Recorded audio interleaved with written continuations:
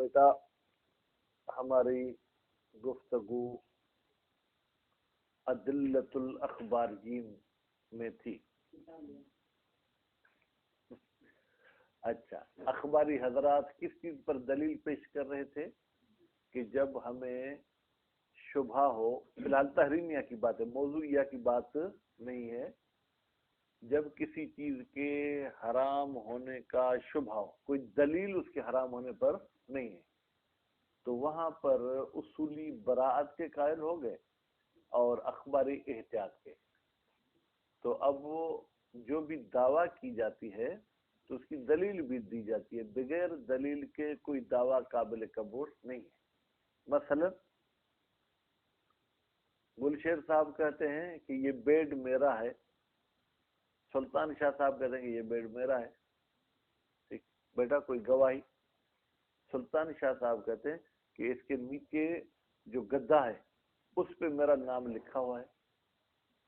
ٹھیک، اب ہم دیکھیں گے اگر نام ہے تو یہ ان کو دے دیں گے، بشرطی کہ انہوں نے چھپ چھپا کے اس پہ نام نہ لکھا ہو. کبھی تو ایسا ہے کہ آپ کی چیز پہ میں نام لکھ لیتا ہوں، ایسے بھی چلتا ہے. فرض ایسا ہے کہ ہر ایک کا بیڈ اپنے قبضے میں ہے، وہ اپنے بیڈ پر کسی کو بیٹھنے بھی نہیں دیتا، فرض ہمارا یہ ہے. پھر اس بیڈ پہ مثلا کیمرہ بھی فٹ ہے کہ اس پہ مالک کے علاوہ کوئی اور نہیں آ سکتا، پھر اگر ان کا نام ہے تو ان کو دے دیں گے. اگر گلشیر کہتا ہے کہ صحیح سلطان شاہ کی کوئی دلیل، سلطان شاہ نے کوئی دلیل تو نہیں ہے میرا، گلشیر سے پوچھیں گے آپ بتائیں، وہ کہیں گے کہ اس گدے کے نیچے سیوتی کا پیپر رکھا ہوا ہے. ہم اٹھا کے دیکھیں گے سیوتی کا پیپر ہے، ہاں بھائی آپ کا ہے، ایسا ہے یا نہیں؟ تو دلیل کے ساتھ بات مانی جاتی ہے. اب ہم کہتے ہیں جناب اخبارین کو، آپ کے پاس کیا دلیل ہے کہ ہم احتیاط کریں؟ کہتے ہیں کہ کچھ احادیث کہتی ہیں کہ ضروری ہے کہ شبہ کے وقت آپ وقوف کریں، یعنی ٹھہر جائیں، اس کے بارے میں کوئی نظریہ نہ دیں. تو مثلا ایک حدیث یہ ہے، الوقوف عند شبہ خیر من الاقتحام فی الحلقہ. بھائی کہ شبہ کے وقت ٹھہر جانا بہتر ہے کہ ہم جا کے ہلاکت میں پڑیں. یعنی اگر ہم اس کام کے مرتکب ہوں گے تو ہمیں ہلاکت ہو سکتی ہے. اس قسم کی 2-3 اور بھی حدیثیں ہیں. بس ان سے پتہ چلا کہ جس چیز کے حرام ہونے کا شبہ ہمیں ہے، بھائی اگر وہاں رک جائیں، اس کو انجام نہ دیں، تو پھر تو یقین ہے کہ کوئی ہلاکت، کوئی سزا ہمیں نہیں مل سکتی، تو ہمیں رکنا چاہیے یعنی احتیاط کرنا چاہیے. مصنف صاحب اس پر اعتراض کرتے ہیں کہ میرے بھائی یہ جو آپ احادیث لائے ہو، یا تو ان کا تعلق شبہ موضوعیہ سے ہے، شبہ حکمیہ سے ہے ہی نہیں، جبکہ ہماری گفتگو کس کے بارے میں ہے؟ شبہ حکمیہ کے بارے میں. یا یہ جو آپ احادیث لائے ہو ان کا تعلق ہے شبہ محصورہ کے ساتھ، جبکہ ہماری بحث جو ہے کیا ہے؟ شبہ غیر محصورہ میں. یہ کیا مطلب شبہ محصورہ کا مطلب ہے کہ میرے ٹیبل پہ 4 کتابیں پڑھی ہیں. کتنی کتابیں پڑھی ہیں؟ 4. میں من باب مثال کہہ رہا ہوں، 2 ہیں، 3 ہیں، 4 ہیں، 5 ہیں، 10 ہیں. مجھے یقین ہے کہ ان میں سے کسی ایک کا استعمال کرنا حرام ہے. تو اب اصولی بھی کہتا ہے کہ آپ کسی کو بھی ہاتھ مت لگائیں، ٹھیک ہے. لیکن اگر آپ کو یہ علم ہو کہ بھائی دنیا میں کسی ایک کتاب کو استعمال کرنا حرام ہے، کیا آپ استعمال کرنا چھوڑ دیں گے؟ نہیں. دنیا بھائی پتہ نہیں کتنی کتابیں ہیں، ٹھیک ہے. تو اس طریقے سے کہتے ہیں شبہ محصورہ میں تو ہم بھی احتیاط کے قائل ہیں، اور یہ حدیث بھی شبہ محصورہ پر دلالت کرتے ہیں. یا ہم یہ توجیہ کریں کہ یہ احادیث استحباب پر دلالت کرتی ہیں کہ بھائی شبہ کے وقت مستحب ہے کہ آپ اس شبہ والے کام کو چھوڑ دیں، تو استحباب کے بھی ہم انکاری نہیں. ہم نے براعت کہہ کر یہ کہہ دیا کہ اس کو حرام نہیں سمجھنا، اس کے علاوہ اس کو اگر آپ انجام دینا چاہیں گے تو آپ کو کان سے پکڑ کے کوئی سزا نہیں دی جائے گی. باقی ہم نے یہ تو نہیں کہا کہ ضرور اس کو انجام دو. بات واضح ہو گئی. تو نتیجے میں اس گروپ کا جواب مل گیا. اس کے بعد ہے جناب حدیث تثلیث. حدیث تثلیث 3 والی حدیث. کس والی حدیث؟ 3 والی. بیٹا اس حدیث میں معصومین کا فرمان ہے کہ آپ کے سامنے جو باتیں آتی ہیں وہ 3 قسم کی ہیں. یا تو پکی پکی وہ جائز ہیں تو آپ ان کو انجام دے دو، یا پکی پکی وہ حرام ہیں تو ان کو چھوڑ دو.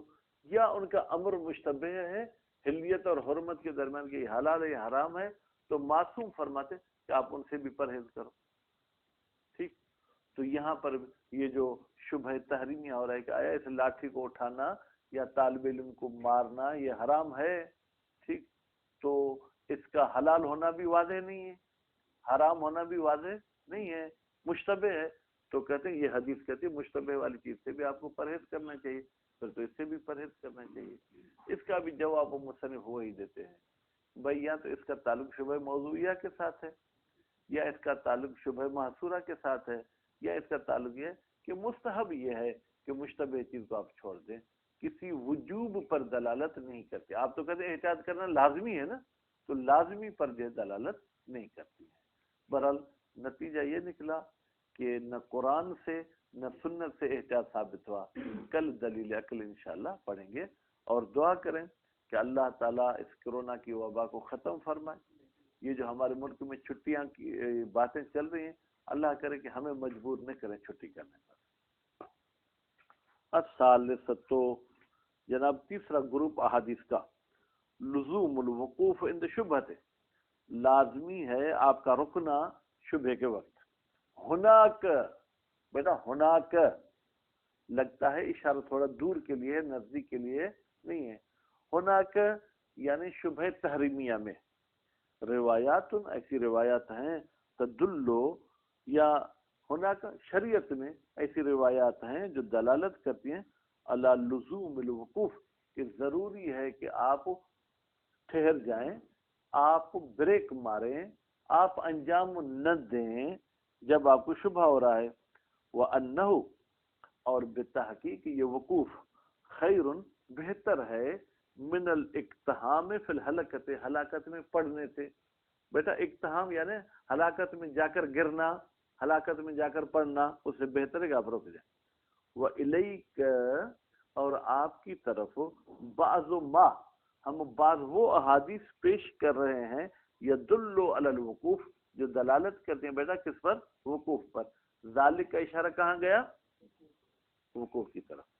روا، روایت کی ہے جناب داؤد صاحب نے، جو بیٹے ہیں فرقد صاحب کے، انہوں نے کس سے نقل کیے؟ ان ابی شیبہ، ابی شیبہ سے، ان احدہما، ابی شیبہ نے ان دو میں سے کسی ایک سے نقل کی ہے.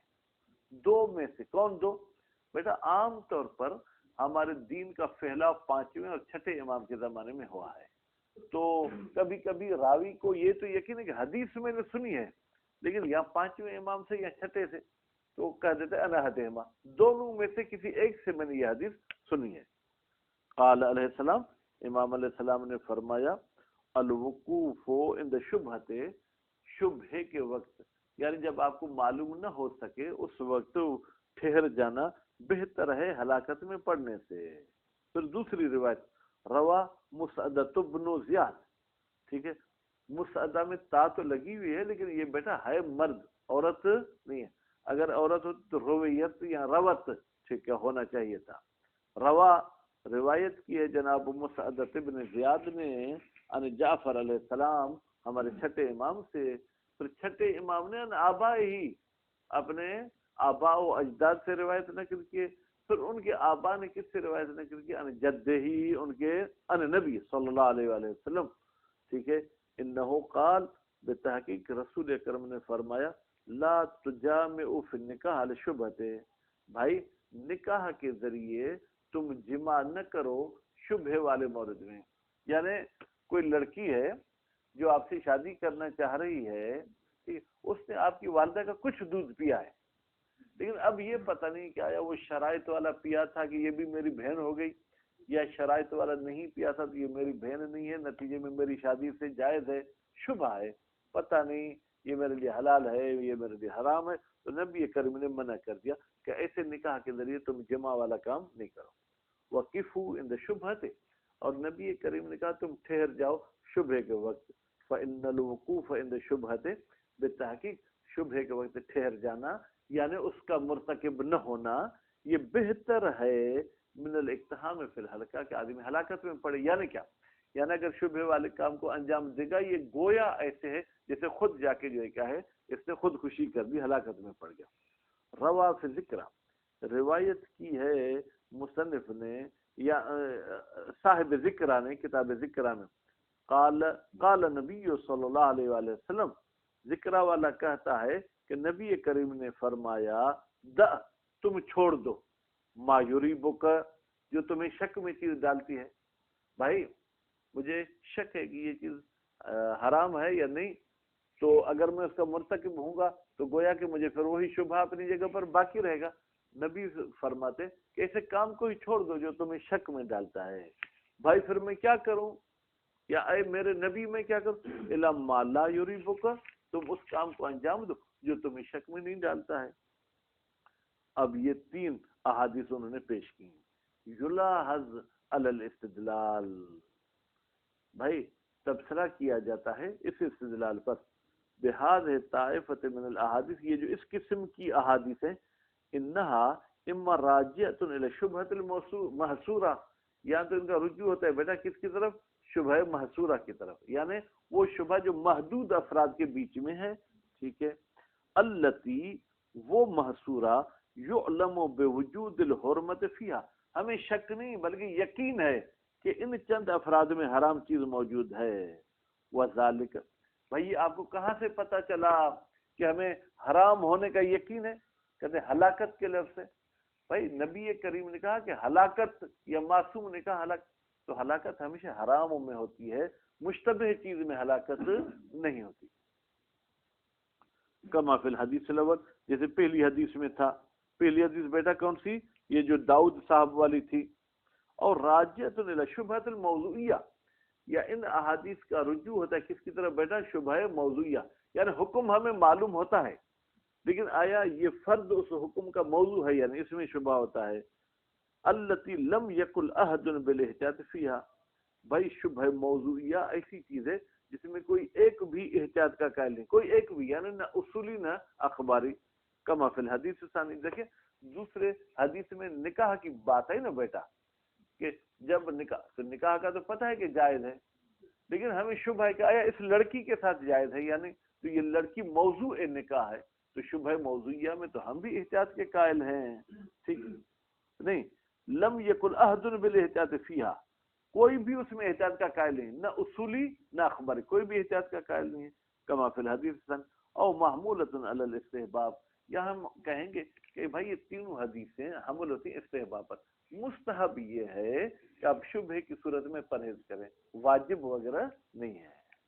کما فی الحدیث الاخیر، جیسے آخری حدیث میں کیا ہے بیٹا، نبی نے فرمایا تم چھوڑو ما یریبک، اس چیز کو جو تمہیں شک میں ڈالتی ہے. تو دع فعل امر ہے، وجوب پر تو قطعاً دلالت نہیں کرتا، تو زیادہ سے زیادہ استحباب پر دلالت کرے گا. الرابعۃ، احادیث کا چوتھا گروپ، حدیث تثلیث، 3 والی حدیث. ان اقوى حجت للاخبارین، بالتحقیق اخباریوں کی سب سے مضبوط دلیل وہ حدیث تثلیث، وہ حدیث تثلیث ہے. الوارد فی کلام نبی صلی اللہ علیہ وآلہ وسلم والوصی، بھائی حدیث تثلیث نبی کریم صلی اللہ علیہ وآلہ وسلم سے بھی آئی ہے اور ان کے وصی علیہ السلام سے بھی آئی ہے. رواہ عمر بن حنظلہ عن ابی عبداللہ علیہ السلام، روایت کی ہے کس کی بیٹا، اس حدیث کی عمر نے جو بیٹا حنظلہ کا ہے، کس سے، ان ابی عبداللہ علیہ السلام. کس سے روایت کی ہے، چھٹے امام سے. بھائی چھٹا امام تو وصی نبی ہے یا نہیں ہے؟ ٹھیک. پھر حدیث نے ایک حدیث میں قال الامام انما الامور ثلاثۃ، بھائی آپ کے سامنے جتنے بھی کام آئیں گے رضا بات، وہ 3 ہوں گے. امر بین رشد یعنی بہتری، ایک ایسا کام ہے کہ جس کی بہتری بین مانا کلیئر ہے کہ یہ کام بہتر ہے.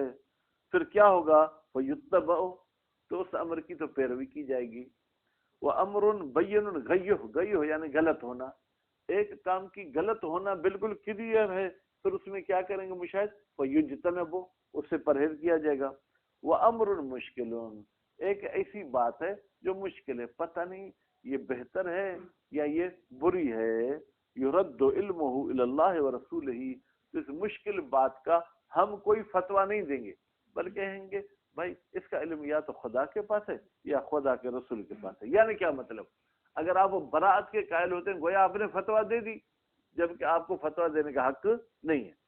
پھر نبی کریم صلی اللہ علیہ وآلہ وسلم نے فرمایا حلال بین، بھائی ایک تو چیز ایسی ہے جس کا حلال ہونا واضح ہے، وہ حرام بین، اور ایک ایسی چیز ہے جس کا حرام ہونا کلیئر ہے، وہ شبہات بین ذالک، اور ان کے بیچ میں کچھ ایسی چیزیں جو شبہ ناک ہوتی ہیں کہ حلال ہیں کہ حرام ہیں۔ فمن ترک شبہات، تو نبی کریم نے فرمایا جو بھی مشتبہ چیزوں کو بھی چھوڑے گا تو نجا من المحرمات، وہ حرام کاموں سے بھی نجات پائے گا۔ ومن اخذ بشبہات، اور جو شخص بھی مشتبہ چیزوں کو انجام دے گا ارتکب المحرمات، تو وہ حرام کا مرتکب ہو جائے گا، وہ ہلک، اور وہ تباہ و برباد ہو جائے گا، من حیث لا یعلم، ایسے پہلو سے، ایسی جہت سے جس کا اس کو بھی علم نہیں تھا کہ میں ہلاک ہو جاؤں گا۔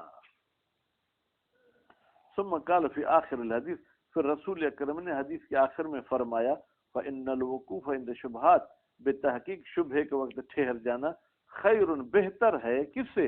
من الاقتحام فی الحلقات، کہ آپ پڑ جائیں حلقات میں۔ ان اب گویا کہ اس کا بھی جواب دے رہے ہیں کون؟ آگا جعفر سبانی۔ ان مورد تسلیس الوارد فی کلام الوسیع، بالتحقیق اس تسلیس کا مورد یعنی جس پہ یہ حدیث فٹ ہوتی ہے، جو تسلیس وارد ہوئی ہے وسیع کے کلام میں، وہ شبہات الحکمیہ، وہ شبہات حکمیہ ہیں۔ وہ حاصل التسلیس، بھائی اس تسلیس کا حاصل، ابھی بھی اخباریوں کی گویا کہ حمایت چل رہی ہے، اس کا حاصل، نچوڑ، خلاصہ کیا ہے؟ ان ما یبتلی بہ المکلف، بتحقیق ما وہ کام، یبتلی جس میں مبتلا ہوتا ہے، مرتکب ہوتا ہے مکلف، انجام دیتا ہے مکلف، اما بین رشد، یا تو ان کو اچھا ہونا واضح ہے، فیتبع، تو ان کی پیروی کی جائے گی، و اما بین غیہ، یا اس کا جو ہے کیا غلط ہونا واضح ہے تو پھر اس سے پرہیز کیا جائے گا، وہ اما الامر المشکل، یا تو وہ مشکل بات ہے، فلا یفتی بما لا یعلم، تو پھر یہ فتویٰ نہیں دے گا جس چیز کا اس کو جو ہے کیا علم نہیں ہے، حتی یرجع نہیں پڑیں گے، حتی یرجع حکم الی اللہ، یہاں تک کہ یہ بندہ لوٹائے اس چیز کا حکم خدا کی طرف، بھائی خدا کو علم ہے، خدا ہی خود بتائے گا۔ والجواب، ادا مہربانی، جواب کیا ہے؟ ان تسلیس فی کلام الوسیع ینسجم، بتحقیق یہ جو تسلیس نبی امام کے قول میں آئی تھی، ینسجم یعنی یہ سیٹنگ میں آتی ہے، طائفۃ الاولی، پہلے والے روایات کے گروپ کے ساتھ۔ وہ پہلے والا گروپ کیا تھا؟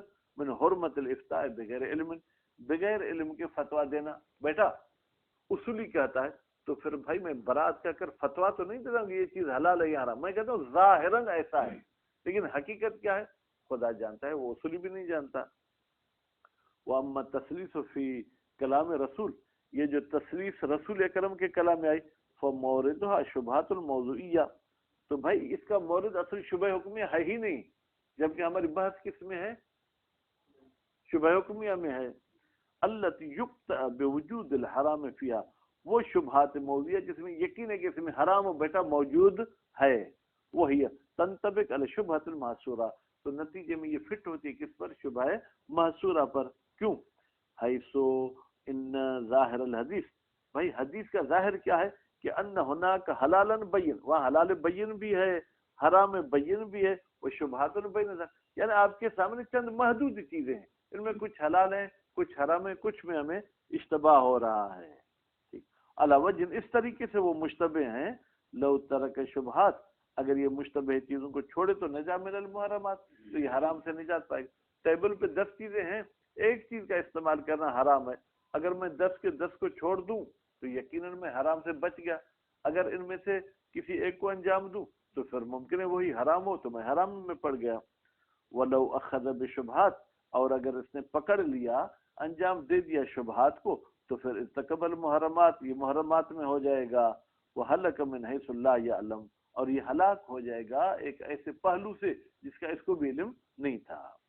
وَمَا هَذَا شَأْنُهُ، کہتے ہیں اور وہ احادیث جن کا یہ شان ہے، یعنی جو شبہ محصورہ یا شبہ موضوعیہ کے ساتھ تعلق رکھتی ہیں، فَهُوَ خَارِجٌ عَنْ شُبْهَةِ الْبَدْوِیَّہ، تو ہماری گفتگو تو شبہ بدویہ میں تھی، یہ تو شبہ بدویہ سے خارج ہو گئے۔ التی ہی محل نزاع، وہ شبہ بدویہ جس میں ہمارا اختلاف ہے، وہ منطبقن علی شبہۃ المحصورہ، اور نتیجے میں اس حدیث کا مطلب فٹ ہوتا ہے شبہ محصورہ پر. وَإِنْ شِئْتَ قُلْتَ، اگر آپ چاہیں تو آسان لفظوں میں یوں کہیں، ان روایت ظاہرۃ بالتحقیق، یہ روایت ظہور رکھتی ہے فیما اذا کانت الحلقۃ محرزۃ، جہاں پر ہلاکت یقینی ہو. جبکہ بھائی ہم جس شبہ تحریمیہ کی بات کریں کہ تمباکو نوشی حلال ہے یار، ہم نے کہا پی لو، کیا آپ کو یقین ہے کہ آپ ہلاک ہوں گے؟ نہیں. یہ حدیث کری جہاں آپ کو یقین ہو کہ میں ہلاک ہو جاؤں گا.